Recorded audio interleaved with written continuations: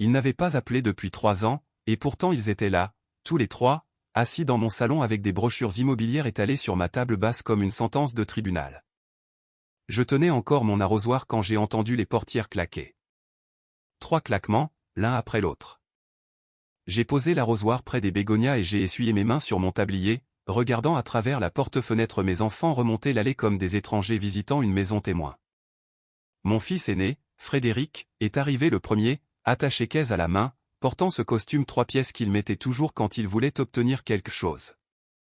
Derrière lui, ma fille Isabelle, ses talons claquant sur le pavé, ses lunettes de soleil relevées dans ses cheveux comme si elle passait une audition pour la couverture de Hello Vogue.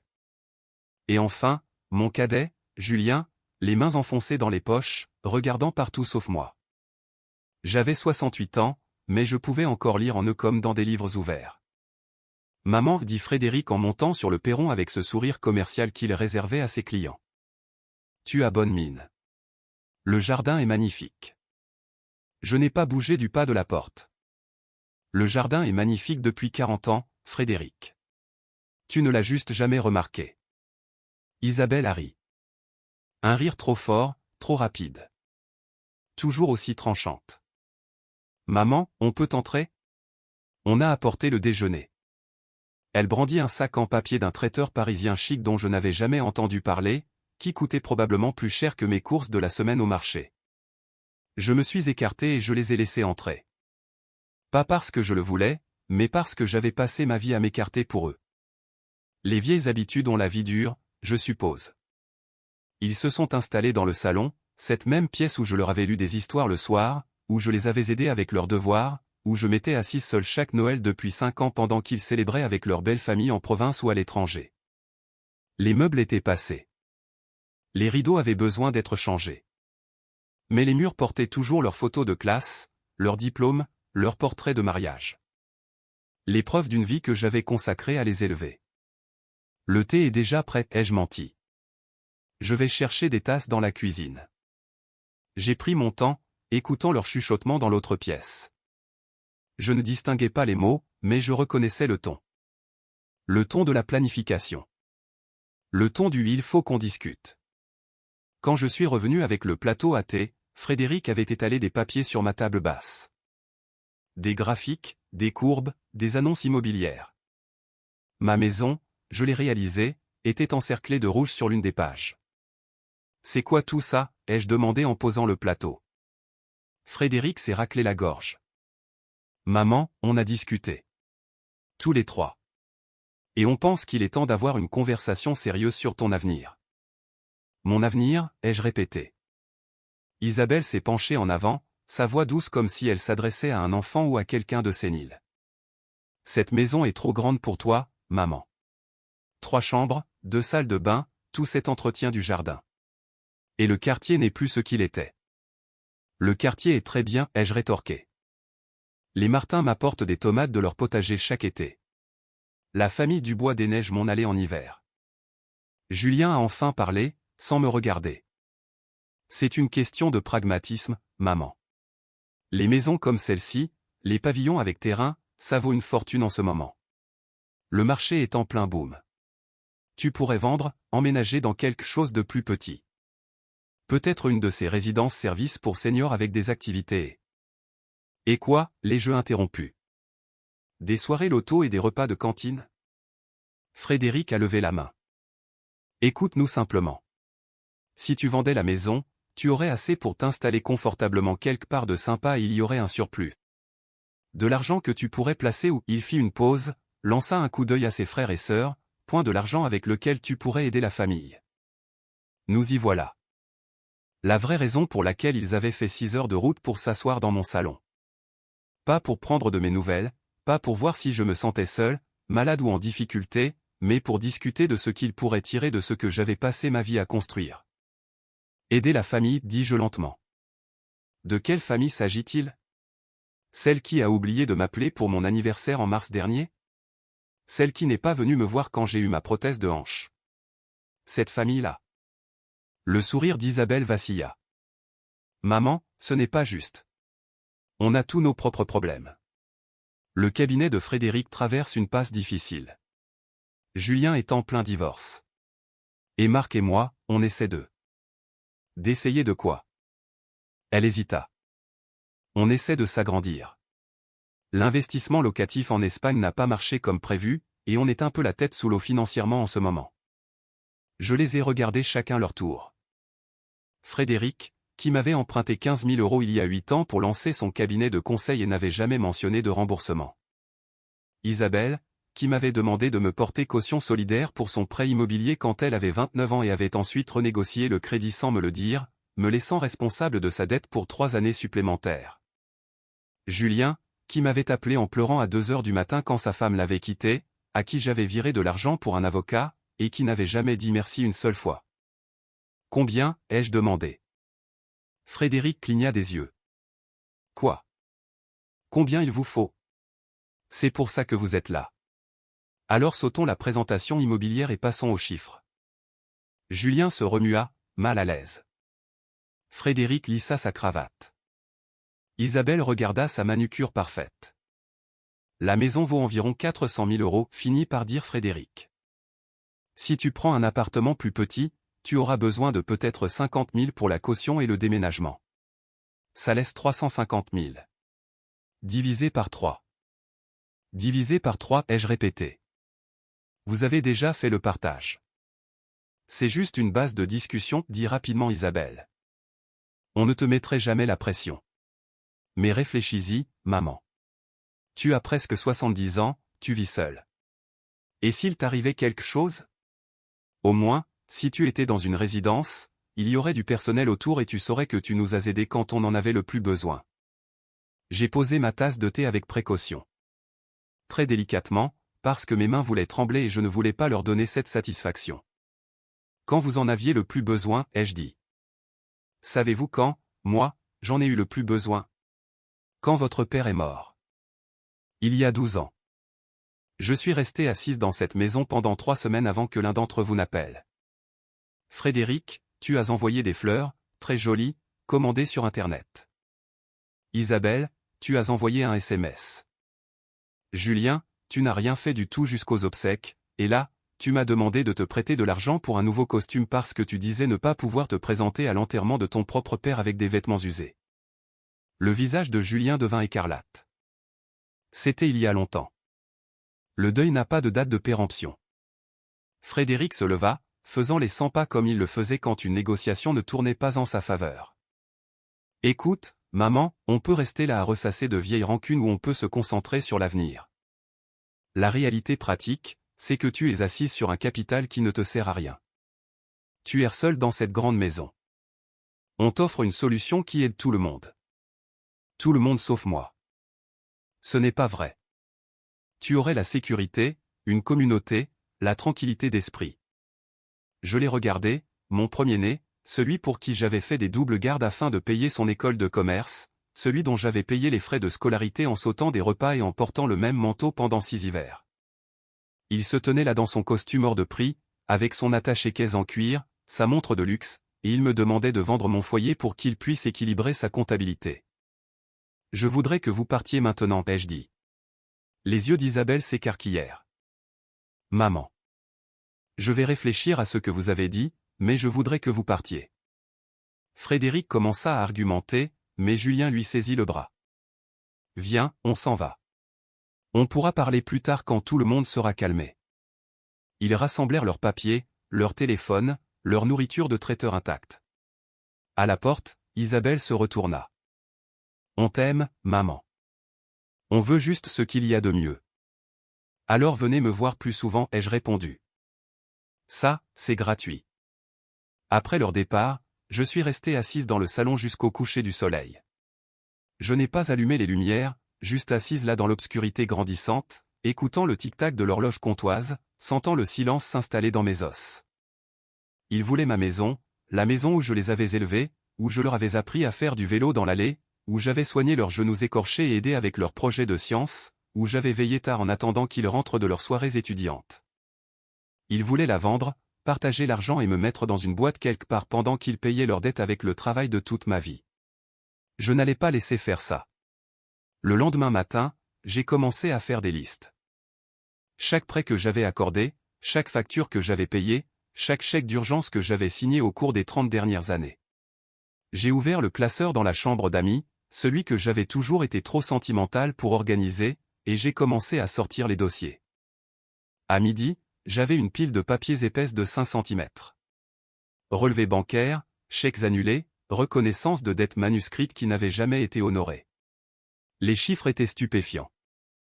Frédéric à lui seul avait emprunté plus de 40 000 € pour diverses urgences temporaires.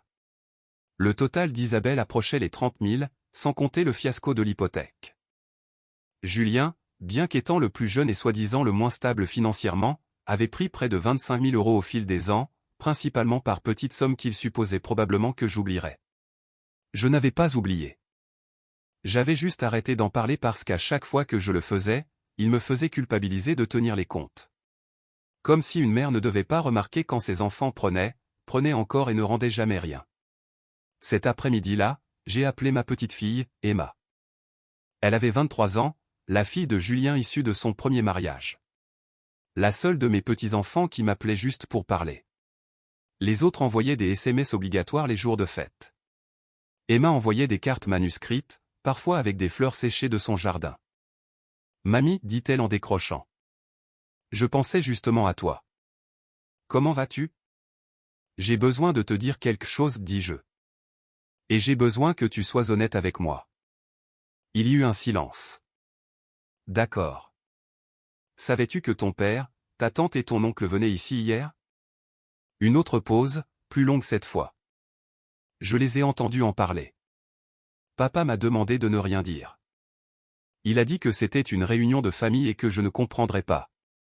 Qu'est-ce que tu as entendu d'autre ? Elle soupira. J'en ai entendu assez. Il planifie ça depuis des mois, mamie. Depuis que l'affaire d'Isabelle en Espagne a capoté, ils ont un groupe de discussion entier à ce sujet. Oncle Frédéric a même regardé la valeur de l'immobilier et fait un tableau Excel. Ma poitrine se serra. Des mois. Il planifiait ça depuis des mois. Emma, je dois te demander autre chose. J'ai besoin que tu me dises la vérité. Je le fais toujours. Est-ce qu'il y a un groupe WhatsApp ? Un où il parle de moi ? Elle se tut. Je pouvais l'entendre respirer. Je pouvais presque la voir se mordre la lèvre comme elle le faisait quand elle décidait si elle devait dire la vérité. Oui, finit-elle par dire. Il l'appelle le cas maman. Je ne suis pas dedans, mais je l'ai vu sur le téléphone de papa. Il parle de ta santé, de tes finances, si tu déclines cognitivement. Le mois dernier, tante Isabelle a dit qu'elle pensait que tu montrais des signes de démence parce que tu avais oublié l'anniversaire de son mari. J'ai ri malgré moi. Je n'ai pas oublié. Je n'avais juste pas envie de m'en souvenir. Emma a ri aussi, mais c'était un rire triste. Je suis désolé, mamie.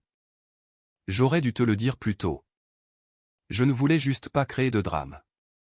Tu n'as rien créé, ma chérie. C'est eux. Cette nuit-là, je n'ai pas pu dormir.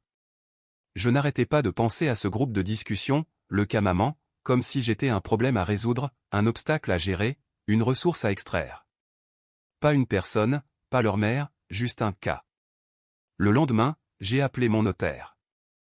Maître Delorme avait géré la succession de mon mari, m'avait aidé à mettre en place les comptes après le versement de l'assurance vie, et avait été le seul professionnel à me traiter comme une adulte quand tous les autres supposaient qu'une veuve ne pouvait pas gérer ses propres affaires. Marguerite, dit-il chaleureusement, ça fait trop longtemps. Que puis-je faire pour vous ? Je lui ai tout raconté. La visite, les brochures immobilières, les tableaux Excel, le groupe de discussion.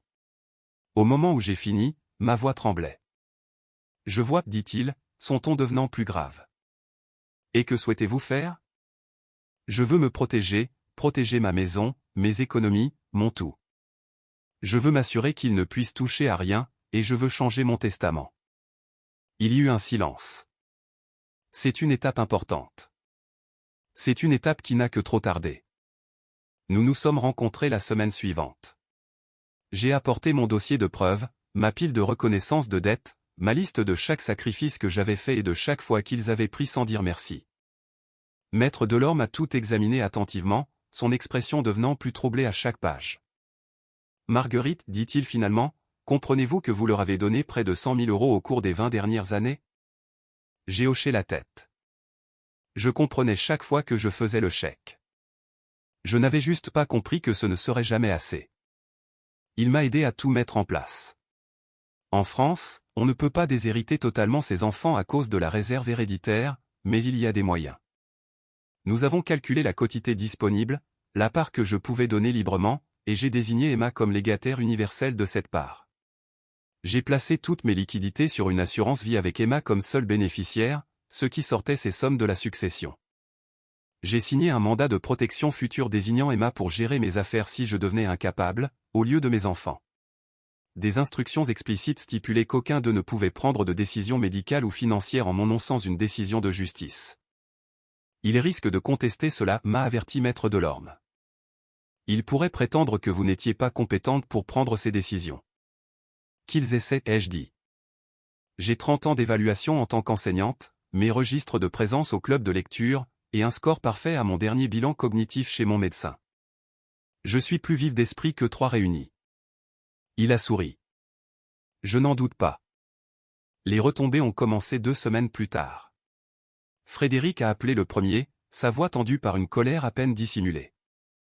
Maman, je viens de recevoir une lettre de ton notaire. Qu'est-ce qui se passe, bon sang? J'ai fait quelques changements dans ma planification successorale. C'est tout. Des changements? Il est écrit ici qu'Isabelle, Julien et moi sommes limités à la réserve héréditaire stricte. Que tout le reste va à Emma.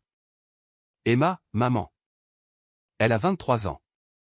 Elle est aussi la seule qui se souvient de mon existence quand elle n'a pas besoin d'argent. C'est de la folie. Tu ne peux pas nous léser comme ça. Je ne vous laisse pas, Frédéric. J'ai juste arrêté de vous privilégier. Il y a une différence. Il bafouilla. Nous sommes tes enfants. Oui. Et depuis 20 ans, vous avez traité cela comme une ligne de crédit plutôt que comme une relation. Je vous ai donné de l'argent, du temps, de l'énergie, de l'amour, et j'ai reçu des factures en retour. J'ai fini d'être la banque familiale. Ce n'est pas toi qui parles. Quelqu'un t'a monté la tête. C'est Emma? Est-ce qu'elle t'a empoisonné contre nous? Emma m'appelle tous les dimanches depuis 6 ans. Toi, tu ne m'as pas appelé sans avoir besoin de quelque chose depuis la mort de ton père. Dis-moi qui empoisonne quoi? Il m'a raccroché au nez. La première fois de sa vie. Isabelle est venue en personne, ce à quoi je ne m'attendais pas. Elle s'est présentée 3 jours plus tard, sans appeler avant, debout sur mon perron avec les yeux rouges et un mouchoir serré dans sa main. Maman, s'il te plaît, dit-elle. On peut parler? Je l'ai laissée entrer, j'ai offert du thé, je l'ai regardée s'asseoir à la même place où elle s'était assise pour essayer de me convaincre de vendre ma maison. Je ne suis pas là pour me battre, dit-elle. Je veux juste comprendre. Qu'est-ce qu'on a fait de si terrible? Isabelle, tu veux vraiment savoir? Oui. Alors, je lui ai dit. Je lui ai parlé des anniversaires manqués, des fêtes oubliées, des Noëls que j'avais passés seul pendant qu'elle postait des photos de ses réunions de famille sur Facebook. Je lui ai parlé des appels téléphoniques qui ne venaient que quand elle avait besoin de conseils financiers, des visites qui n'arrivaient que quand elle voulait que je garde les enfants pour qu'elle puisse aller au spa avec ses amis. Je lui ai parlé de la fois où j'ai été hospitalisé 2 jours pour une pneumonie et où elle l'a appris par Emma parce que personne n'avait pris la peine de l'appeler. Elle a pleuré. Je n'étais pas sûr si c'était sincère ou une performance, mais elle a pleuré. Je ne réalisais pas, chuchota-t-elle. Je pensais que tu allais bien. Tu ne t'es jamais plainte. Parce qu'à chaque fois que je le faisais, vous me faisiez sentir que j'étais le problème. Comme si s'attendre à ce que mes propres enfants se souviennent de mon existence était trop demandé. Elle m'a regardé avec quelque chose qui aurait pu être de la honte. Qu'est-ce que je peux faire pour réparer ça? Je ne sais pas si tu peux. Dis-moi juste ce que tu veux. J'ai réfléchi. Vraiment réfléchi. Je veux que tu m'appelles un mardi sans avoir rien de spécial à dire. Je veux que tu viennes me voir un week-end quand tu n'as besoin de rien. Je veux que tu me demandes comment va mon jardin et que tu écoutes réellement la réponse. Je veux être une personne pour toi, Isabelle. Pas une ressource. Elle hocha lentement la tête. Je peux essayer. Alors essaie. Mais comprends qu'essayer maintenant n'efface pas 20 ans d'absence d'effort. Et ça ne change pas ce que j'ai décidé concernant ma succession. Elle est partie sans discuter. Cela m'a surprise plus que tout. Julien a été le dernier à me contacter. Il n'a pas appelé ni visité. Il a envoyé une lettre manuscrite, ce qui était inattendu de la part d'un homme qui avait à peine écrit quoi que ce soit depuis ses candidatures universitaires. Maman, disait la lettre, je sais que je n'ai aucun droit de demander ton pardon. J'ai beaucoup réfléchi depuis qu'on est venu te voir, à toutes les fois où tu as été là pour moi et toutes les fois où je n'ai pas été là pour toi. Je continue de me dire que j'étais occupé, que la vie a pris le dessus. Mais c'est juste une excuse. La vérité, c'est que je t'ai prise pour acquise. Je supposais que tu serais toujours là, toujours prête à aider, toujours à m'attendre quand j'aurais besoin de toi. Je n'ai pas pensé à ce dont tu avais besoin. Je n'ai pas pensé à toi du tout, en réalité, sauf en tant que maman. Cette chose constante qui ne changerait jamais. Je ne veux pas de ton argent. Je n'en ai jamais vraiment voulu. Je voulais ton approbation, je crois. Et quelque part en chemin, j'ai confondu prendre de toi avec être proche de toi. C'est tordu. Et je suis désolé. Tu n'as pas à changer quoi que ce soit dans ton testament. Tu n'as pas à me pardonner. Mais je voulais que tu saches que je comprends pourquoi tu as fait ce que tu as fait. Et je ne suis pas en colère. Je suis juste triste qu'il ait fallu en arriver là pour que je voie à quel point j'ai eu tort. Avec amour, Julien. J'ai lu la lettre 3 fois. Puis je l'ai mise dans le tiroir avec mes autres papiers importants. À côté d'une carte d'anniversaire qu'Emma m'avait faite quand elle avait 7 ans. Une avec des bonshommes allumettes et des paillettes qui éplaient les meilleures mamies du monde. Ce printemps-là, j'ai planté de nouveaux rosiers dans le jardin. Des rouges, parce que le rouge était la couleur préférée de mon mari. J'ai embauché un jeune homme du quartier pour aider avec les travaux les plus lourds, je l'ai payé équitablement, et je lui ai fait de la citronnade les jours de grande chaleur. J'ai commencé un nouveau patchwork, quelque chose que je voulais faire depuis des années mais pour lequel je n'avais jamais eu l'énergie.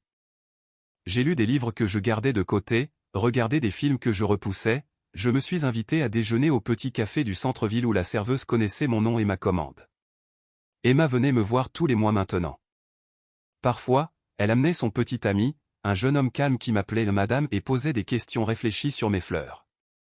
Une fois, elle a apporté un album photo qu'elle avait fait, rempli de photos de nous à travers les années. Moi la tenant bébé. Moi lui apprenant à faire des biscuits. Moi à sa remise de diplôme du lycée, pleurant au premier rang. Je voulais que tu aies ça, a-t-elle dit. Pour que tu te souviennes que tu as toujours été aimé, même quand tu n'en avais pas l'impression. Je l'ai serré si fort que j'ai cru que je pourrais casser quelque chose en nous deux. Frédéric n'a plus jamais appelé. J'ai entendu par Emma que son cabinet avait fait faillite, qu'il avait déménagé dans une maison plus petite dans une autre région, qu'il me blâmait de ne pas l'avoir aidé. J'ai ressenti quelque chose à ce sujet, une petite pointe de culpabilité, mais c'est passé. Je l'avais aidé pendant 20 ans, et rien de tout cela n'avait suffi à lui faire me voir comme autre chose qu'une source de fonds. Isabelle appelait occasionnellement. Des conversations maladroites sur rien, exactement comme je l'avais demandé. Ce n'était pas une connexion, pas vraiment, mais c'était un effort. J'ai noté l'effort, même si je ne pouvais pas encore totalement lui faire confiance. Julien envoyait des lettres, une par mois, parfois plus. Il me parlait de son nouveau travail, de son appartement, de la thérapie qu'il avait commencée. Il me parlait des erreurs qu'il apprenait à reconnaître en lui-même. Il ne demandait jamais d'argent. Il ne demandait jamais rien, sauf des nouvelles de mon jardin. Et la maison, elle est restée mienne. Chaque latte de parquet qui grince, chaque rideau décoloré, chaque souvenir incrusté dans les murs. J'ai décidé que je vivrais ici jusqu'à ce que je ne puisse plus. Et alors, je déciderai de ce qui viendrait ensuite. Pas eux. Moi. Pour mon 69e anniversaire, je me suis réveillé dans une maison calme et un matin ensoleillé. Pas d'enfant à ma porte. Pas de requête, pas de présentation PowerPoint. Juste moi, mon thé, et les oiseaux devant ma fenêtre. Emma a appelé à 8 heures précises. Joyeux anniversaire, mamie. Je t'apporte un gâteau tout à l'heure. Le bon, celui de la boulangerie que tu aimes. Tu n'es pas obligé de faire ça, ma chérie. Je sais. C'est pour ça que je le fais. Elle est arrivée à midi avec un gâteau au chocolat et une carte qu'elle avait faite elle-même, papier canson et feutre comme si elle avait à nouveau 7 ans. À l'intérieur, elle avait écrit « Merci de m'avoir appris que l'amour ne se mesure pas en transactions. J'espère pouvoir être la moitié de la femme que tu es un jour. » Nous avons mangé du gâteau dans le jardin, regardant les roses éclore, parlant de tout et de rien. Elle m'a parlé de ses projets de master, de ses espoirs pour l'avenir, de ses peurs de devenir comme son père. « Tu ne le deviendras pas, ai-je dit. Tu connais la différence entre prendre et donner. C'est plus que ce que la plupart des gens apprennent jamais. » Elle a souri, mais ses yeux étaient sérieux. « Je l'ai appris de toi. » Plus tard, après son départ, je me suis assise sur le perron alors que le soleil se couchait. La maison derrière moi était calme, mais pas vide. Les pièces étaient pleines de souvenirs, d'histoires, d'une vie que j'avais bâtie de mes propres mains. Et pour la première fois depuis des années, je ne me sentais pas seule. Je me sentais complète. Ils raconteront cette histoire différemment. Je sais que mes enfants diront que je suis devenu aigri, que je me suis retourné contre eux, que j'ai été manipulé dans ma vieillesse par une petite fille qui a vu une opportunité. Ils me peindront comme la méchante dans leur récit, la mère ingrate qui a oublié tout ce qu'ils ont fait pour elle. Mais Emma connaîtra la vérité. Elle se souviendra des roses, du gâteau au chocolat, des appels du dimanche qui ne demandaient rien d'autre que de la conversation. Elle se souviendra que je ne les ai pas repoussés. J'ai simplement arrêté de tendre la main vers des gens qui ne la tendaient pas en retour. Et peut-être qu'un jour, elle s'assoira avec quelqu'un qu'elle aime qui rapetisse silencieusement depuis des années, quelqu'un qui a donné et donné jusqu'à ce qu'il ne reste plus rien, et elle leur dira ce que j'ai appris à 68 ans. Vous n'avez pas à disparaître pour être aimé. Vous n'avez pas à vous vendre pour garder votre famille. Vous méritez de prendre de la place dans votre propre vie.